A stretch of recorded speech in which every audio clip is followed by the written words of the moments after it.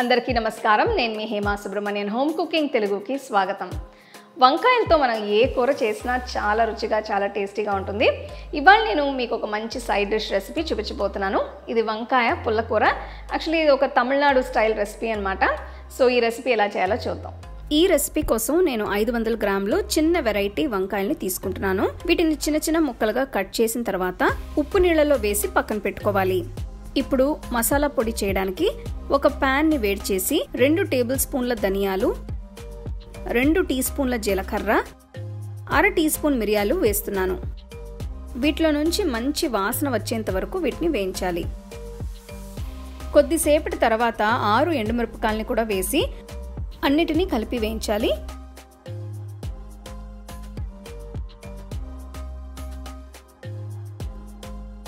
పొయ్యి కట్టేసి వీటిని ఒక బౌల్లో వేసి చల్లారనివ్వాలి. ఆ తర్వాత ఇవన్నీ ఒక మిక్సర్ జార్లో వేసి మెత్తటి పొడి పట్టి పక్కన పెట్టుకోవాలి.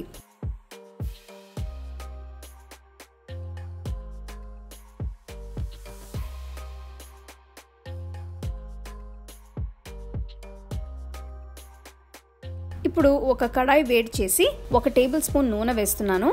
తర్వాత 2 టీ స్పూన్ల తరిగిన వెల్లుల్లి,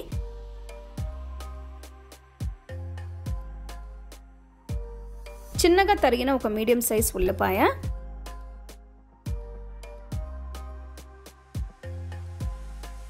కొన్ని కరివేపాకులు వేసి బాగా కలపాలి.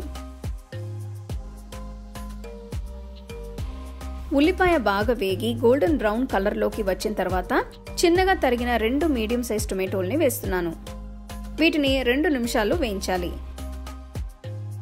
ఇప్పుడు 1 టీ స్పూన్ కల్లుప్పు, 1/2 టీ స్పూన్ పసుపు వేసి ఒక్కసారి కలపాలి.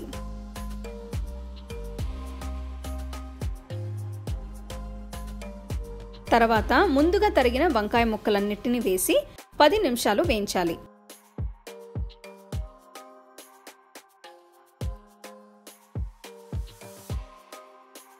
వంకాయలు మగ్గిన తర్వాత 1/2 కప్ చింతపండు రసం వేస్తున్నాను.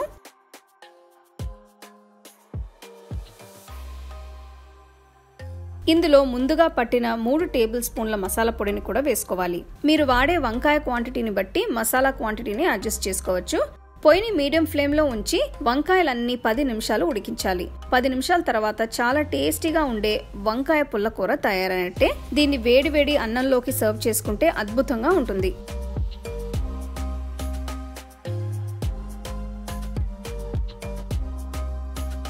చూసారు కదా, ఈ వంకాయ పుల్లకూర ఎంత ఈజీగా మనం చేసుకున్నాము.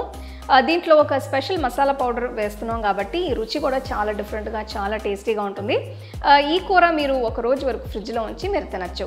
ఇది రైస్కి చాలా బాగుంటుంది, రోటీలు కూడా చాలా టేస్టీగా ఉంటుంది. సో తప్పకుండా రెసిపీని మీరు ట్రై చేసి ఎంజాయ్ చేయండి. You can get a copy of our first edition of the home cooking book on 21 frames.